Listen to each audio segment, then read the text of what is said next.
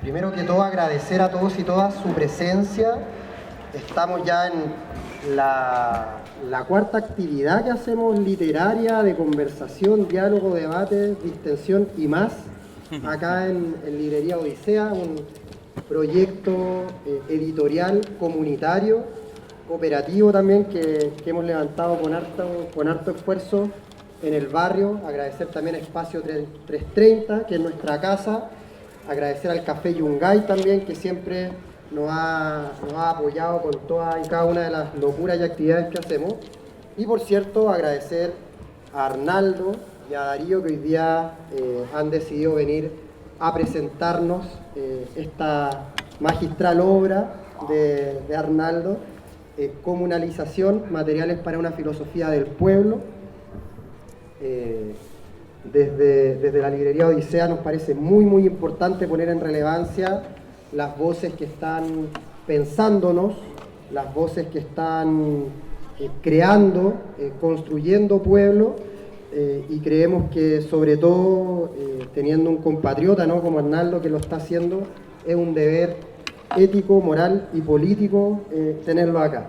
Así que nada, sin más preámbulos, quiero dejarlos con Darío y con Arnaldo, que nos van a estar comentando este libro, que lo pueden encontrar acá, adentrito en Librería Odisea. Lo vamos a tener ahora y también lo vamos a tener durante todo el año y hasta que se cansen de pedirnos el libro. Pero hoy día particularmente van a tener la oportunidad también de que post presentación Arnaldo les firme el libro y le haga una dedicatoria. Así que nada, pues, nuevamente agradecer a todos y todas su presencia. Esperemos que esta sea una conversación muy interesante, muy fructífera y que nos permita seguir pensándonos, ¿no? No me acuerdo quién decía que lo realmente revolucionario no es que nos piensen, sino pensarnos. Y creo que con este libro estamos dando un paso hacia aquello. Así que un aplauso para Arnaldo y que hoy día nos acompaña. Muchas gracias, Juan Pablo. ¿Cómo están? Bienvenidos, bienvenidas. Me trajeron de maestro de ceremonia, parece, yo creo.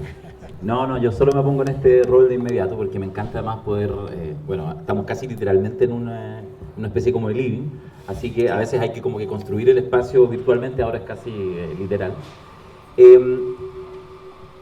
Conversamos hoy con Arnaldo un poco cómo estructurar esta conversación, que esperamos se amplíe. Yo me leí en diagonal el libro en estos días convulsos y complejos de múltiples trabajos. Me agarró bastante. Además no hacía hace algún tiempo, yo creo, el ejercicio de eso de cuando tenéis que leer lentito, párrafo a párrafo. A ver, voy a volver al párrafo anterior.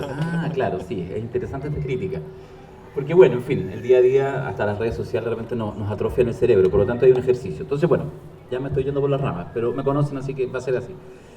Voy a hacer una intervención ahora muy breve, brevísima, de no más de 2 o 3 minutos, porque la estructura que vimos, le pedí yo mismo a Arnaldo y le parece bien que él nos haga una presentación de su libro. Por lo tanto, yo hago esta presentación muy breve, de solamente un aspecto que quiero destacar, tengo otras cosas anotaditas, y vamos a escuchar a Arnaldo un buen ratito hasta que se me enfríe el café y tengo que pedir el siguiente, y luego vamos a iniciar un pequeño diálogo. Yo tengo, de hecho, algunas preguntas que como buen o mal sociólogo nunca es una pregunta, sino que es un comentario, una reflexión y una cosa previa para después llegar a algo así que parece una pregunta. Pero bueno, la idea es que con eso podamos hacer una conversación y quién sabe si también de pronto abrimos un poco la cancha, a la medida que se vayan interesando o que no se vayan, digamos. Eso también siempre es un riesgo, digamos, que sencillamente estemos aquí pelados los dos. Y en ese caso ya sería más performático, digamos, una serie de sillas vacías y 2 personas conversando en la calle, sería performativo. Yo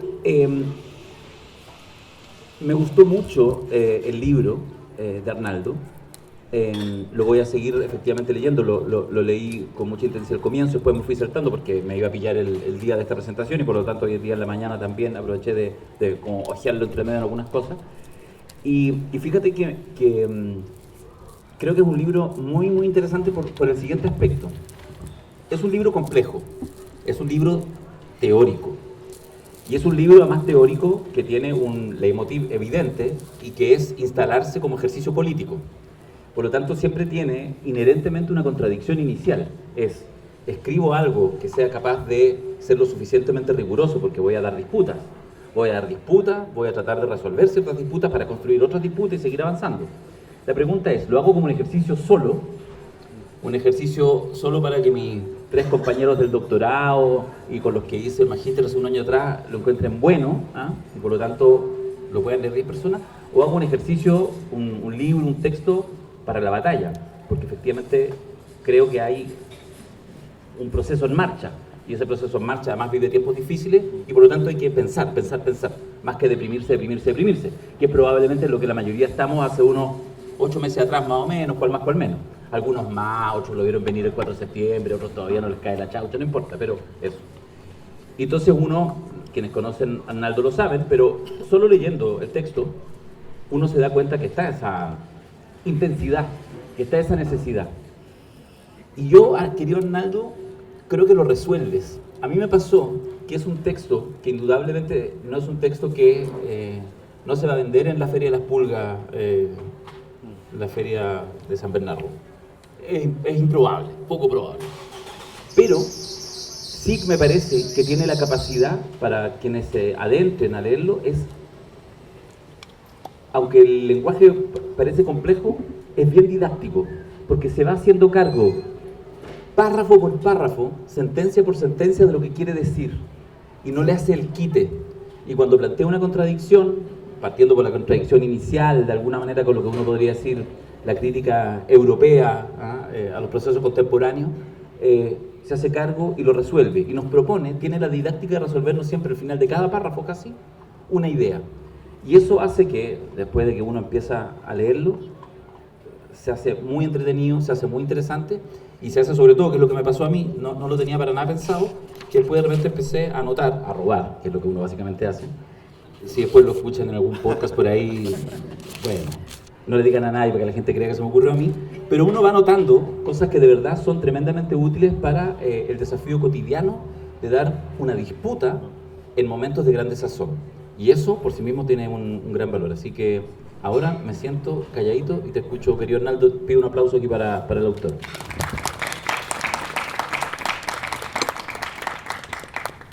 Gracias, Darío. Gracias por las palabras. A ver, comunalización se llama el libro. ¿Qué es comunalización?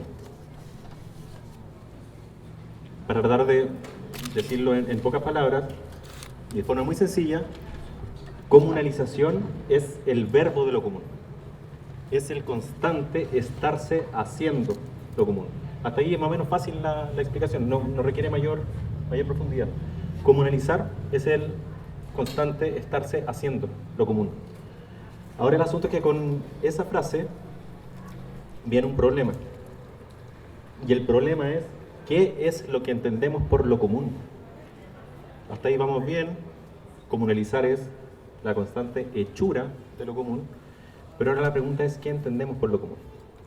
Yo me estoy yendo de inmediato al meollo del asunto. Voy a tratar de ser bien didáctico también, porque efectivamente es un texto teórico, un texto que quiere debatir con autores principalmente, porque yo creo que lo que tiene que hacer alguien que piensa, por lo menos, procesos, y que está interesado en que esos pensamientos gatillen transformaciones, es dar la pelea en distintos frentes.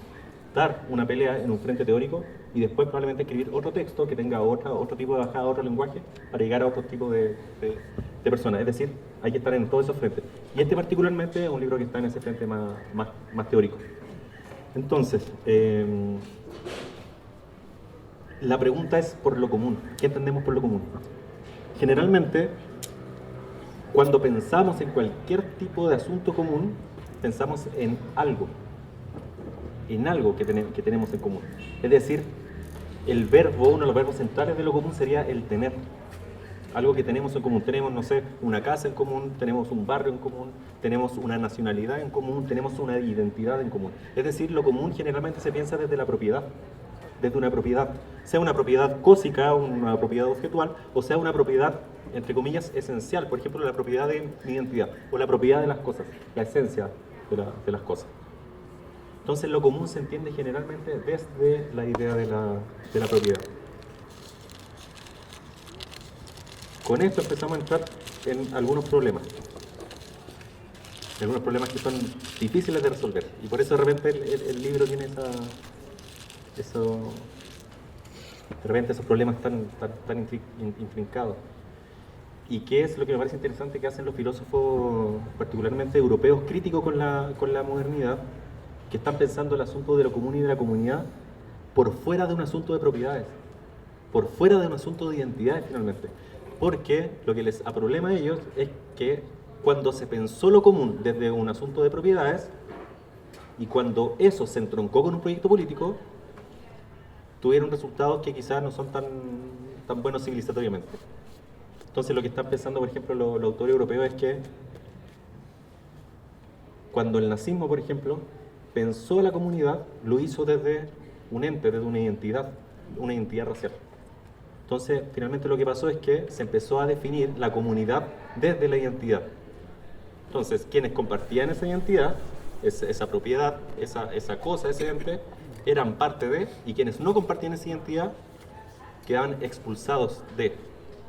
Entonces pasó en la experiencia del nazismo que era muy clara esa división entre quienes pertenecían y quienes no pertenecían. Y quienes no pertenecían finalmente eran sujetos de exterminio. ¿Sí? Entonces los autores europeos, entre comillas contemporáneos, están como con ese problema. ¿Cómo pensamos proyectos, por ejemplo, liberadores para el siglo XXI si las experiencias comunitarias que hemos tenido en Europa han sido tremendamente mortuorias? Bueno, también están en el tema del estalinismo, justamente, a través de una comunidad pensada desde un partido que marca demasiado categóricamente entre quienes pertenecen y quienes no pertenecen. Y quienes están en contra de la línea burocrática del partido también son sujetos de exterminio y sujetos de exterminio, realmente. Entonces, eso es lo que tienen los pensadores europeos contemporáneos, y por eso están pensando por dónde abordamos el tema de lo común sin tener que caer en el asunto de las propiedades y de las identidades. Roberto Espósito, que es un filósofo italiano que me parece muy interesante, tiene un tratamiento que es muy hermoso, porque él piensa la comunidad a partir de su raíz etimológica. ¿De dónde viene la palabra comunidad? Y la palabra comunidad, él por lo menos ahí la detecta en la comunia, en el latín comunia, comunitas, comunis. Y comunis está compuesto por el prefijo co y la raíz munis o munia. Y munis y munia es deber, es deuda, es decir, todo lo contrario a una propiedad. Por lo tanto, aquello que nos acomuna no sería una propiedad, no sería un ente, una cosa de la cual tenemos parte, sino que por el contrario, lo que nos acomuna es una deuda. Ahí hay un giro que es hermoso, para empezar a pensar lo común y la comunidad. La comunidad no pensada desde lo que se tiene, sino que por el contrario desde lo que no se tiene. Ese giro es muy lindo porque está tratando de pensar la comunidad por fuera de un asunto de identidades. Y yo creo que ese tratamiento, si bien no puede ser aplicable a Latinoamérica de forma inmediata, sí hay algo que para nosotros es muy interesante, creo. Que es que nosotros históricamente hemos tenido un tema con la identidad, un problema con la identidad. Por lo general se dice así como Chile no tiene identidad o carecemos de identidad. Pero bueno, capaz que eso no sea un problema, capaz que puede ser una virtud. Con esto podemos empezar a la comunidad no desde la identidad que nos separa de alguien que no pertenece a la comunidad, sino que podemos partir de la premisa de que compartimos lo que no tenemos. No tenemos identidad, bueno, por ahí puede haber un asunto de comunidad que puede ser interesante. Esto puede sonar medio abstracto, a priori, no sé si se va entendiendo más o menos la idea de hoy. Yo dije que iba a tratar de hacer esto lo más corto posible. Voy recién en la mitad de mi primera página y son las páginas que tengo. Ahora, si vuelvo a la pregunta inicial, comunalización, entonces, es el constante estarse haciendo lo común. Y ahora, como ya tenemos una clave para pensar lo común, que sería la no propiedad, la no identidad, la comunalización sería entonces ese constante estarse haciendo la no identidad, la no propiedad. Ahí todavía suena medio abstracto, pero si tratamos de aterrizarlo un poco, ¿dónde se expresa más nítidamente lo común cuando de no identidades se trata? Y yo creo que se expresa con la mayor nitidez del mundo en lo cotidiano, en lo prosaico, en lo mundanal del día a día. Cuando somos meros comunes y corrientes. El sujeto de la comunidad es el común y corriente. Ahí alguien podría decir, ya, pero ser común y corriente también finalmente es una identidad, porque están los comunes y corrientes y allá están los poderosos, los que tienen una identidad, los que trascienden históricamente, al estilo como lo dice Galeano en su poema, Los Nadies. Galeano tiene un poema que habla de los nadies, identificándolo de aquellos que son alguien. Pues no, yo lo trato de abordar por otra parte. Yo creo que todos, todas y todos, por el solo hecho de vivir en sociedad, por el solo hecho de vivir en una sociedad, somos comunes y corrientes en ciertas circunstancias. Por ejemplo, yo aquí no estoy siendo común y corriente, estoy siendo uno de los protagonistas de esta situación porque estamos presentando mi libro, que tiene mi nombre. Entonces no estoy siendo un común y corriente en este momento. Pero después, cuando termine la presentación, yo me voy a ir caminando, voy a tomar el metro y voy a ser un mero común y corriente para los demás que van a estar ahí en el metro. Y yo los voy a mirar y también van a ser menos comunes y corrientes. Es decir, puede decir que es algo que éticamente es medio raro, pero son personas que son intrascendentes para mí, o sea, al parecer no tienen ninguna importancia. Esas personas que están ahí son meros comunes y corrientes. ¿Y eso es una oportunidad? Exactamente. ¿Por qué? No te la entiendo. Exactamente, eso efectivamente es una oportunidad. Porque creo que en la politización de esa condición que tenemos de meros comunes y corrientes es que está la potencia de un cambio transformador. Por eso de repente mando una frase ahí en el libro que puede ser media polémica para alguna o algún ortodoxo, pero si hubiese que designar al sujeto de la transformación revolucionaria, creo que no sería el obrero. Yo no creo que sería el proletario. Yo creo que es la y el común y corriente. Pero insisto, no pensándolo como identidad, sino cuando encarnamos cada uno de nosotros una condición de común y corriente. Cuando no somos nadie para el otro. De repente eso se politiza. Y es lo que ocurre, creo, que el 18 de octubre se politiza nuestra condición de común y corriente. Tomamos conciencia de nuestras condiciones de común y corriente y da lo mismo la identidad de clase, la identidad de género cuando nos encontramos en la calle. Ojo que no es que desaparezcan esas identidades, sino que por momentos esa identidad pasa en un segundo plano, porque lo primero que sobresale es la condición de común y corriente que cada uno tiene. Cuando somos el nadie para el otro, bueno, ahí hay una oportunidad, ahí efectivamente hay una potencia política. Con eso salimos de la idea un poco de pensar la comunidad desde las identidades, cuando pertenecemos a una tribu urbana, a una nación, a un algo. No, cuando somos común y corriente, en verdad, no aparece la identidad de uno. Uno no anda por la vida siempre con el carnet de identidad, digamos, presentándose. O sea, yo cuando voy a comprar, no muestro mi carnet de identidad y digo como, hola, yo nací aquí, mis padres son estos, tengo esta nacionalidad, esta es mi clase, esto. Sino que establezco un contacto con un desconocido. El asunto es que ese contacto con el desconocido no está siempre politizado. Ahí hay una primera idea, por lo menos en torno a pensar lo común por fuera de un asunto de identidades e intentar pensar lo común cuando no hay propiedades de por medio. Si hago otra conexión, me acuerdo con... Perdón, pero respecto a eso que tú señalabas, esta idea de lo común, ¿no es que todavía estés trazando con estas ideas un cierto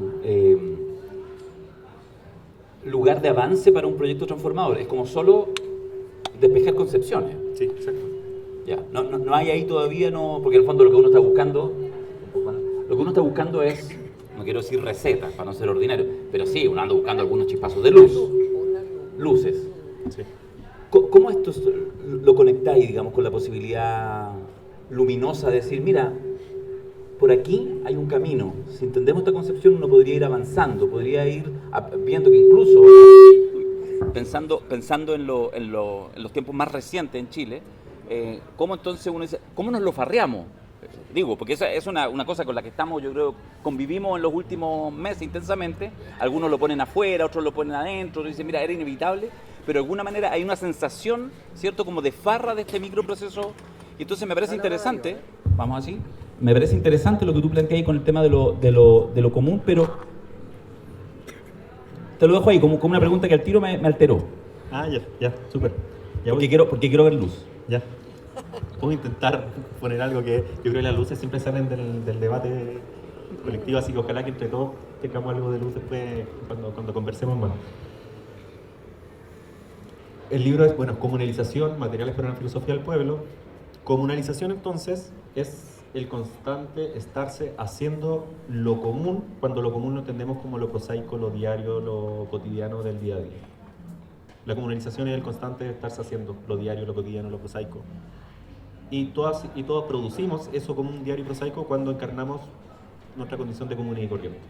Cuando no andamos con el carnet de identidad por delante. Es decir, en nuestros vínculos sociales no siempre está el yo-identidad relacionándose con otro yo-identidad. Sino que a veces nos relacionamos como meros común y corriente y está todo bien y ahí está la potencia. Si eso es comunalización, yo creo que pueblo es cuando se juntan todas esas indistinciones, cuando somos indistintos, cuando se juntan, cuando se conectan, cuando se coligan, cuando se religan esas indistinciones, cuando somos meramente común y corriente en relación con otros menos común y corriente, bueno, ahí hay pueblo, pero ahí hay un pueblo en baja intensidad, una forma de lo popular que no está necesariamente politizada. Y en Latinoamérica particularmente nosotros tenemos un problema. Y un problema que amerita mucha creatividad, un problema que precisa de pensar constantemente los fenómenos. Y que es que la ciudadanía, como nosotros la entendemos generalmente, en la teoría liberal, parte de la idea del individuo que establece un vínculo, una relación con otro individuo. Parte de la idea de un yo, esto es todo lo contrario a la idea del común y corriente, parte de la idea de un yo que establece una relación con otro yo, con un tú, digamos. Pero no es cualquier yo y no es cualquier tú, sino que en la tradición liberal moderna, ese yo y ese tú es un yo y un tú propietario, que tienen propiedades.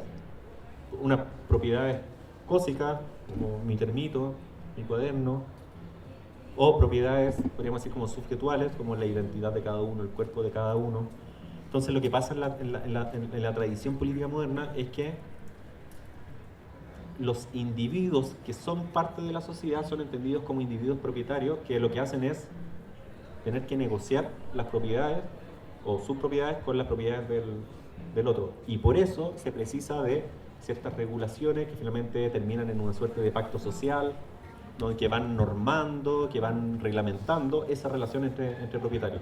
Pero finalmente en la teoría política moderna es eso, son propietarios que se relacionan entre sí. Ahora bien, esas regulaciones, esa normatividad, esas leyes que permiten la relación entre propietarios tienen que tener un soporte material, y ese soporte material es el Estado. Y va a pasar que el Estado va a ponerle una escarapela a los distintos individuos para que puedan participar en la regulación política de esas propiedades. Y esa escarapela es la figura del ciudadano.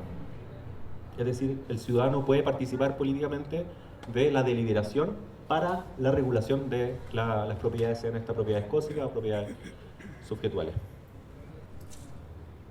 Ahora el problema es que ese modelo de ciudadanía está pensado o está pensando en un individuo específico, que es el individuo que fue desarrollo de la historia occidental, moderno occidental.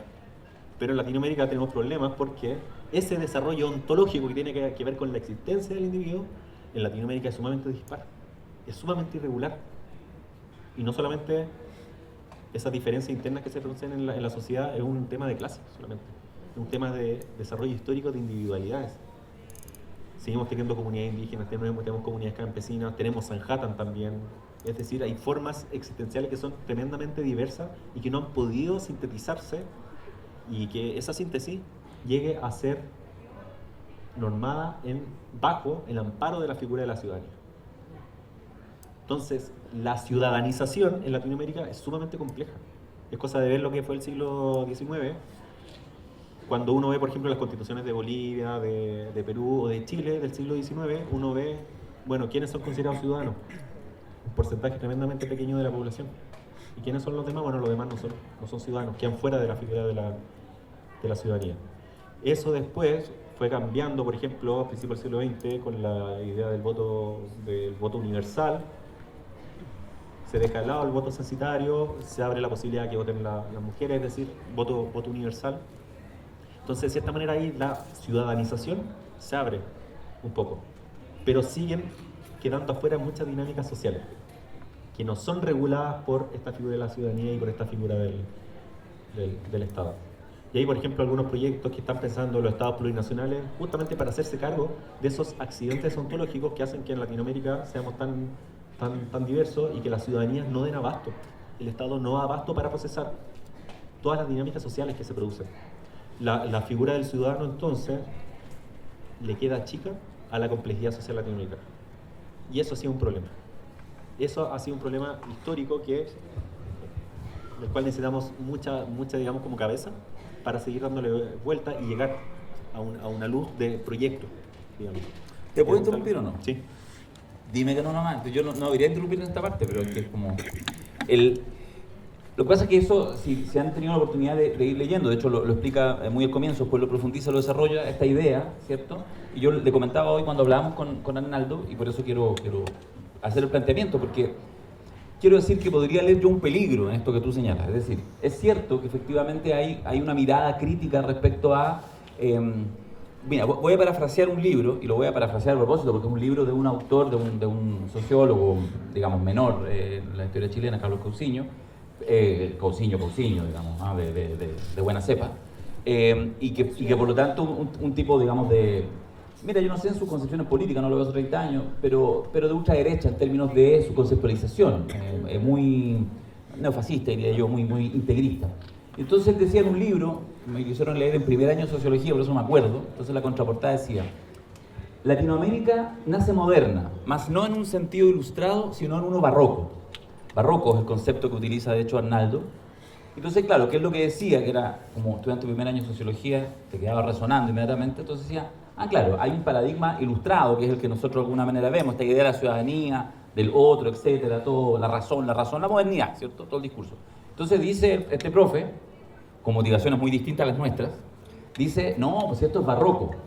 ¿Por qué? Porque está pensando en la hacienda, que es a su vez, déjame abrir el paréntesis, una de las tensiones que a veces uno subvalora, no pesca, de la derecha chilena.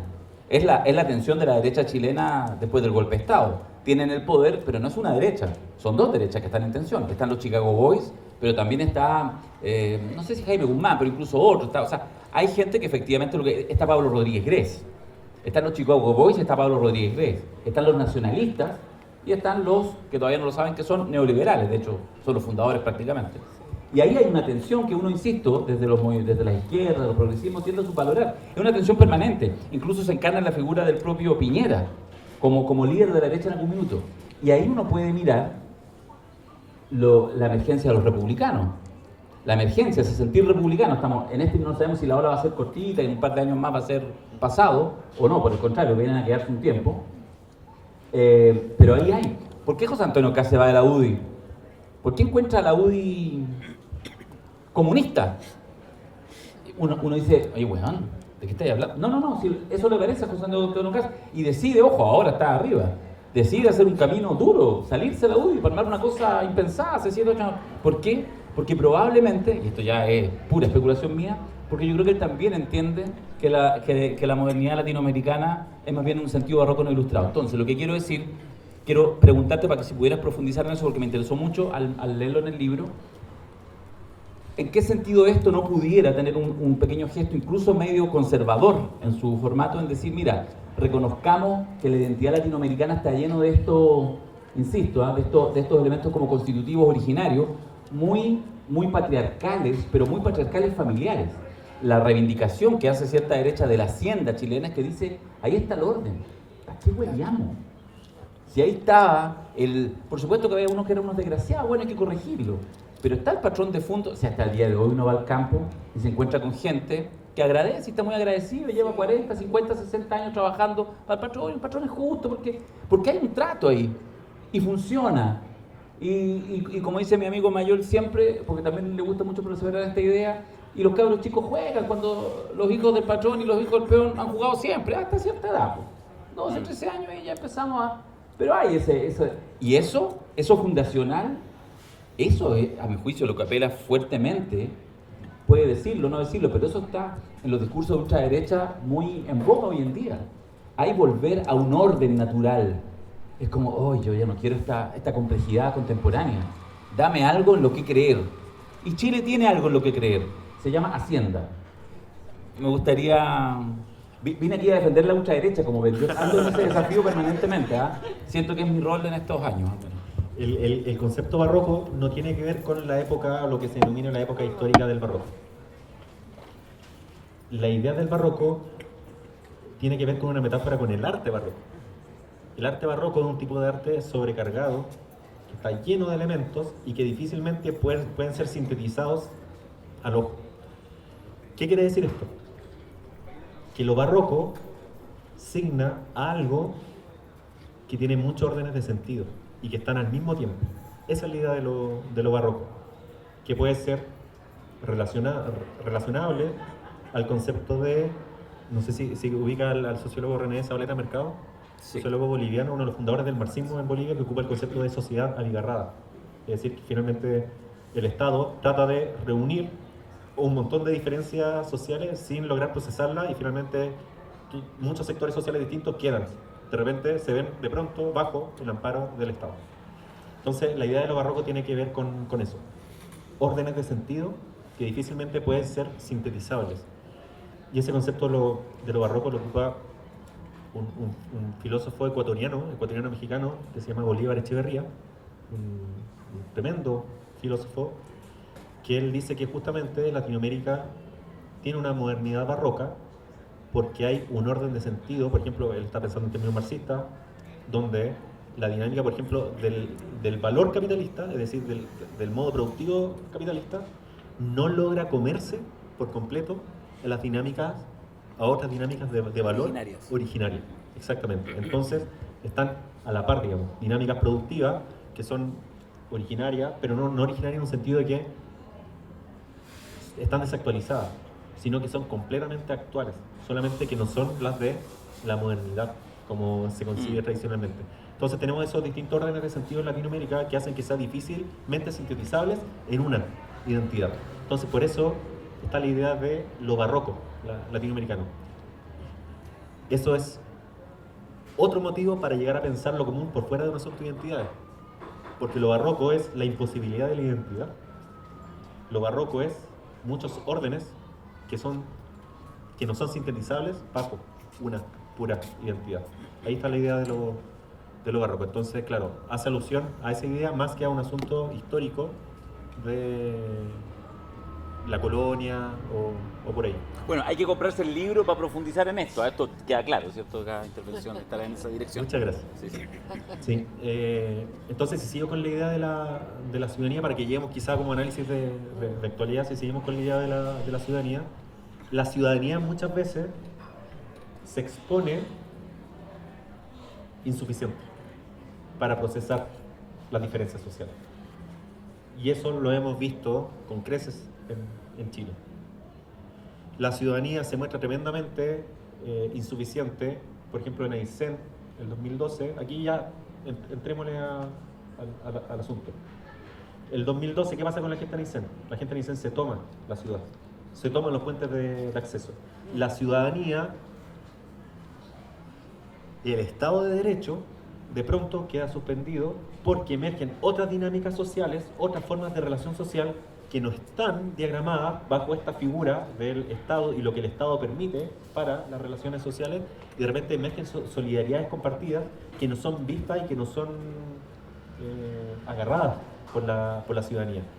Pasa algo parecido en Chiloé el 2016, donde la gente se toma la isla, se toma las rampas de acceso a la isla, la policía no puede entrar, los carros no pueden entrar y se producen dinámicas relacionales dentro de la isla que son dinámicas relacionales de solidaridades compartidas que no están reguladas, no están normadas, ni están soportadas por este Estado de Derecho. Pasa algo parecido en Puchuncaví, Quintero 2018, también la gente se toma el municipio. Es decir, hay una suerte de vacío de ciudadanía. La ciudadanía se expone insuficiente, y no se expone insuficiente nomás ahora, sino que es una dinámica que es constante en la ciudadanización de Latinoamérica en general. Bueno, cuando se expone insuficiente la ciudadanía, cuando se expone insuficiente esa forma de relacionarse como ciudadano, emergen otras formas relacionales. Y me parece que esas formas relacionales que emergen en esos intersticios son las formas relacionales populares.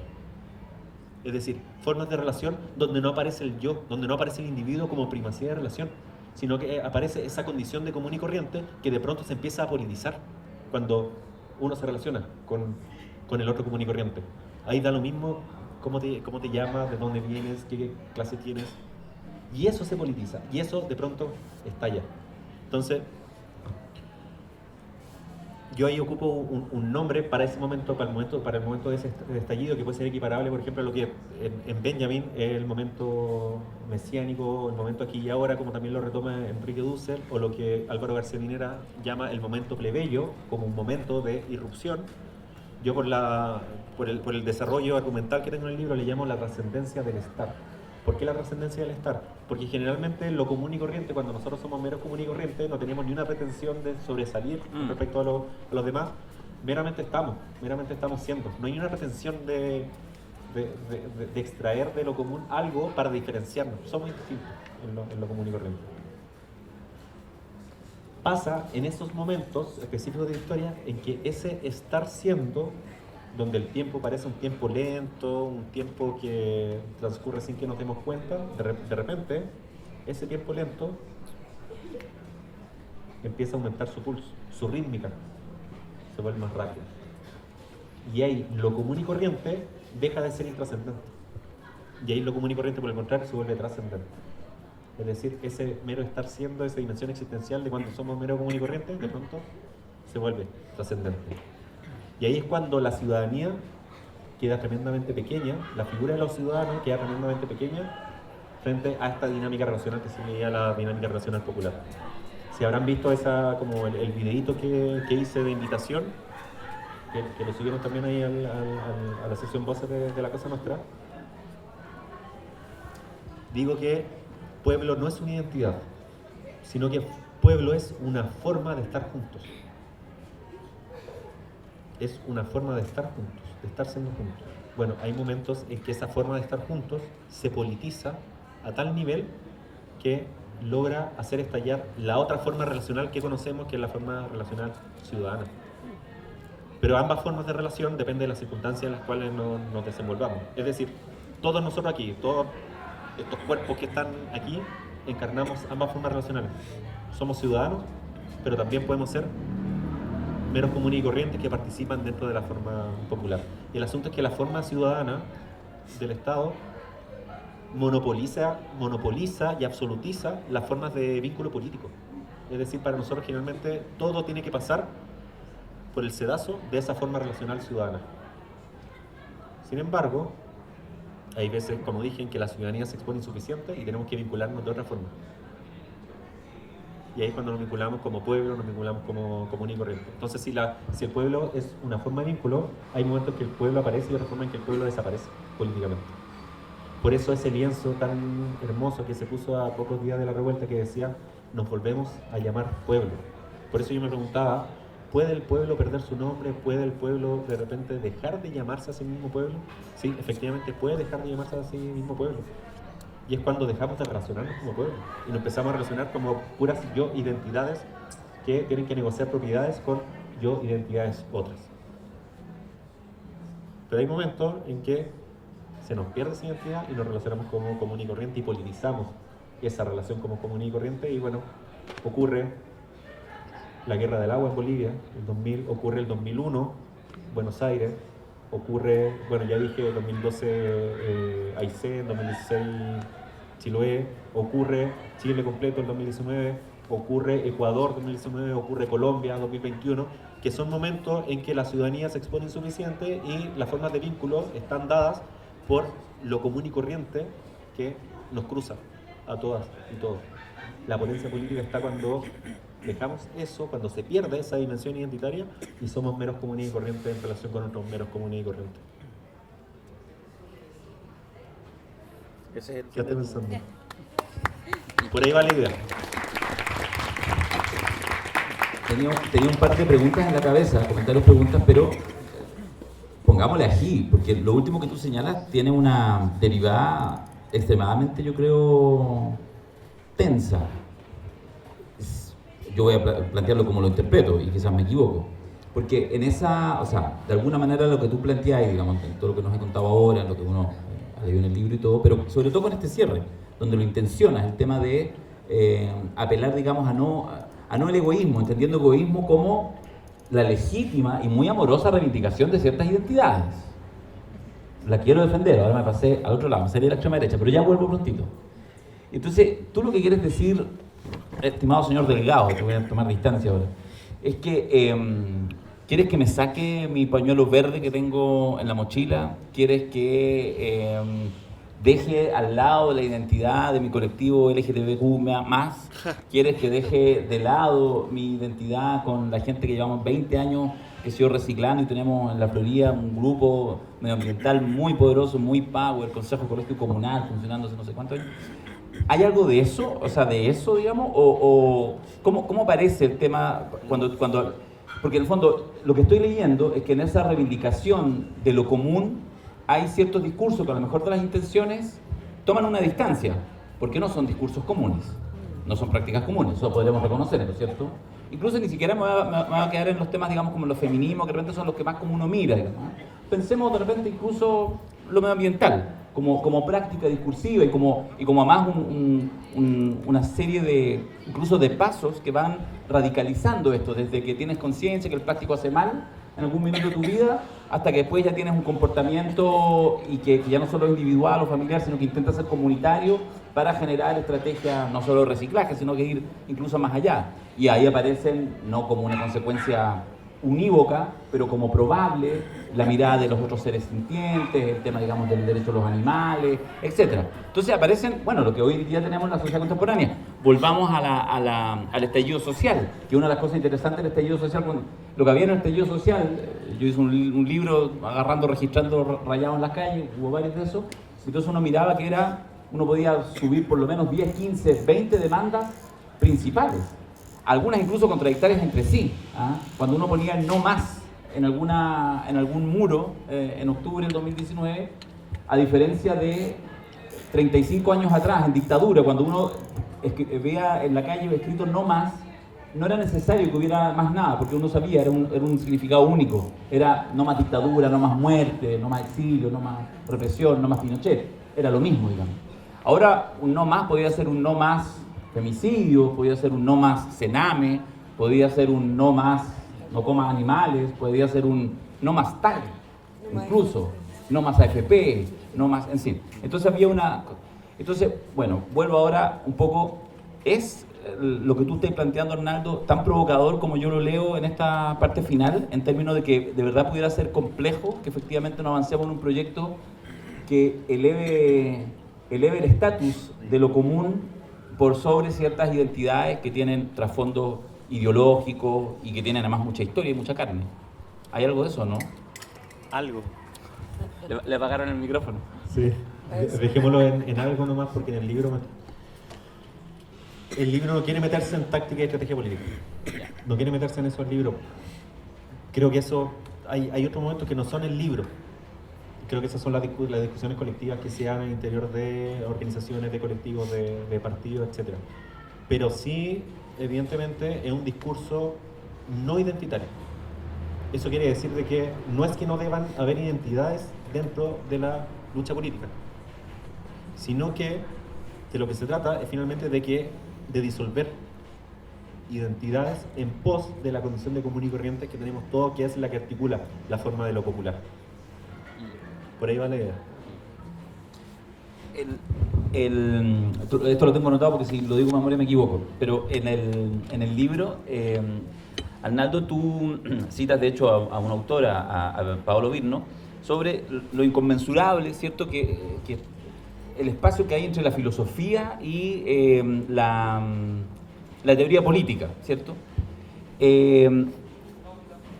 Y bueno, a partir de eso, el pensar filosófico y el pensar práctico, de alguna manera, un poco como lo estáis pensando. Yo eso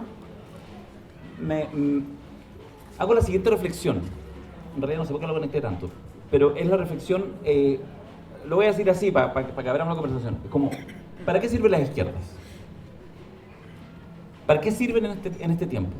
O sea, más uno podría, por supuesto, me imagino podemos responderlo de manera como obvia de inmediato, ya, pero porque además en general es como una historia como de fracasos, ¿ya?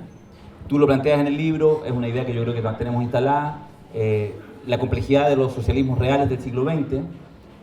No sé cuántos aquí todavía les parece que hay algo valorable, cuántos lo defiendan derechamente, cuántos les parece que es un desastre, pero la cosa es que vivimos con un proceso que terminó hace 35 años, en términos prácticos, probablemente en términos de energía mucho antes, y cargamos, y eso que estamos a un océano de distancia, digamos, digo, en Latinoamérica, y cargamos igual con sus consecuencias, sus dogmatismos, su centralidad del Estado, en fin.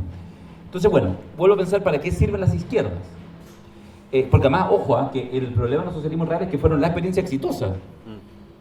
Y otras bastante más estimulantes, como las que tenemos en América Latina, tienden, insisto, es más historia de fracaso, más de triunfos morales que otra cosa.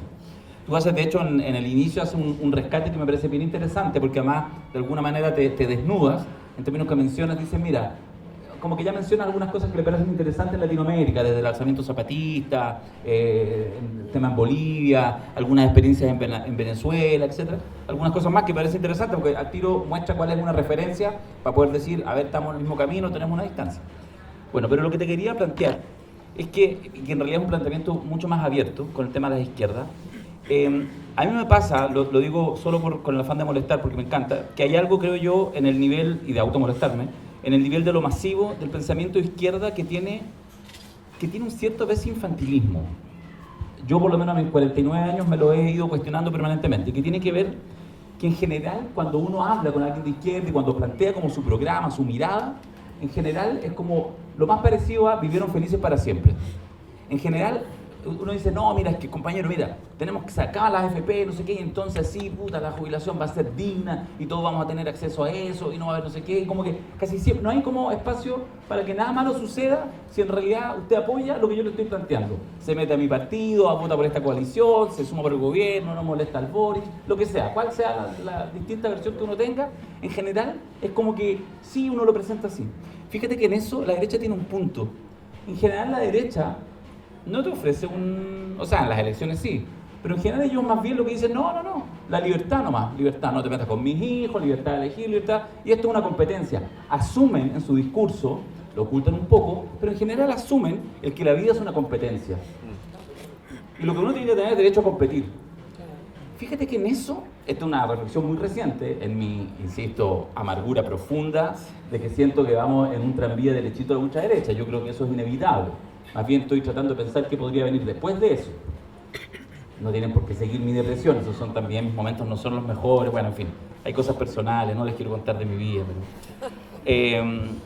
pero hay algo ahí. Entonces te lo planteo como pregunta, ¿cómo ves tú, a partir de un poco de esta mirada, del rol de las izquierdas latinoamericanas en estos tiempos complejos, en estos tiempos contemporáneos? E insisto, puedes hacerte cargo o no de esto que digo yo, a veces esa dificultad que tenemos para complejizar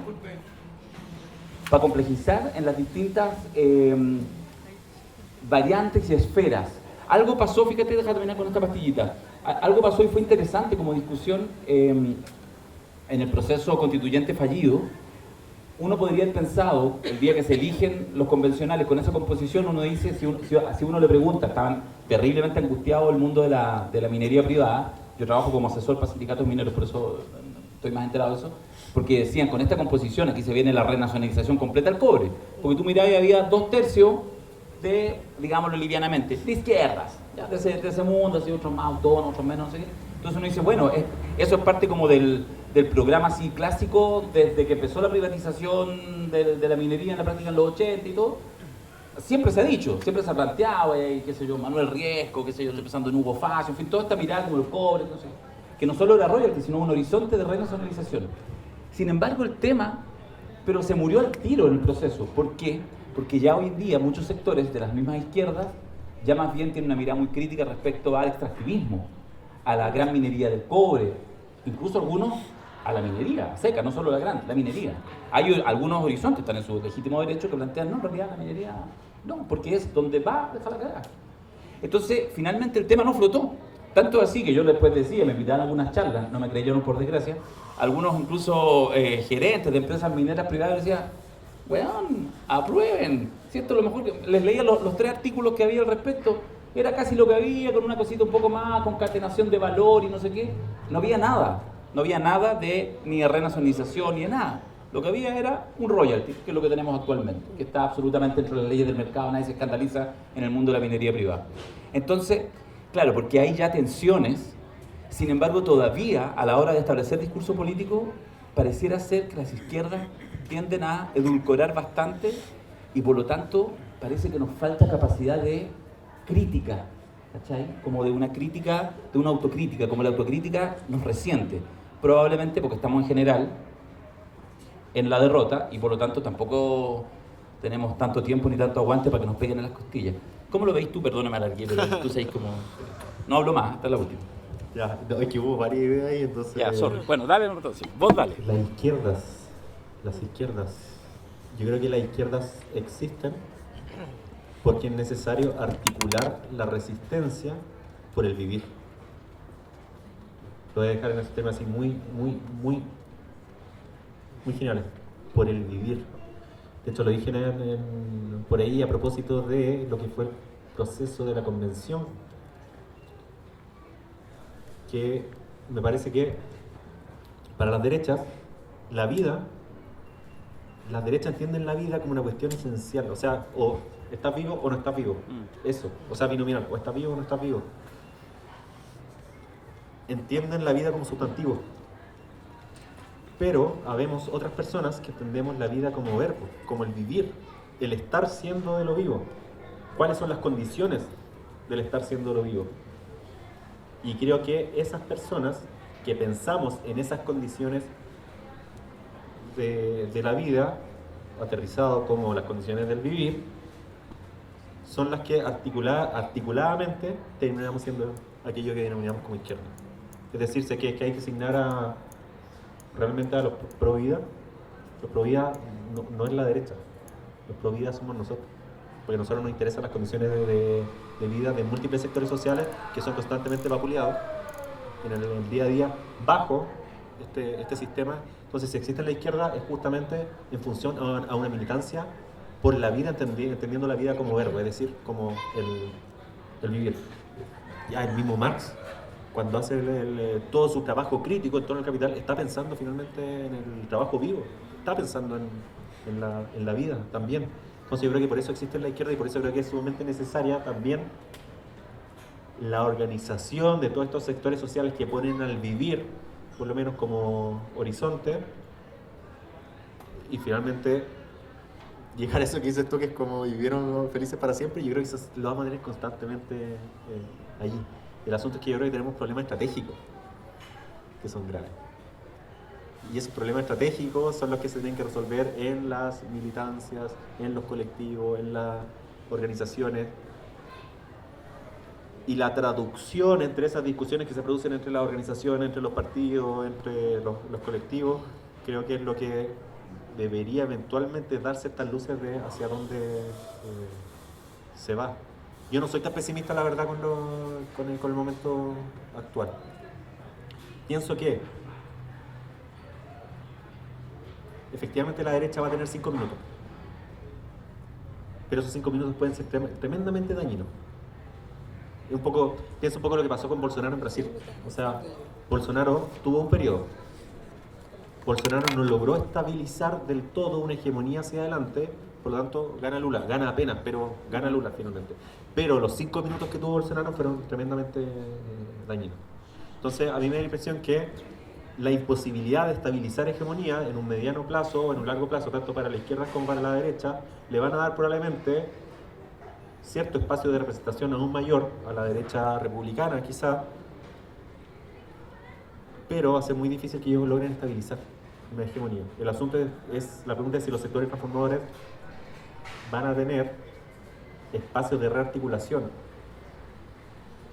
para hacerle frente a esa posibilidad que se va a abrir en unos 4 o 5 años más o no.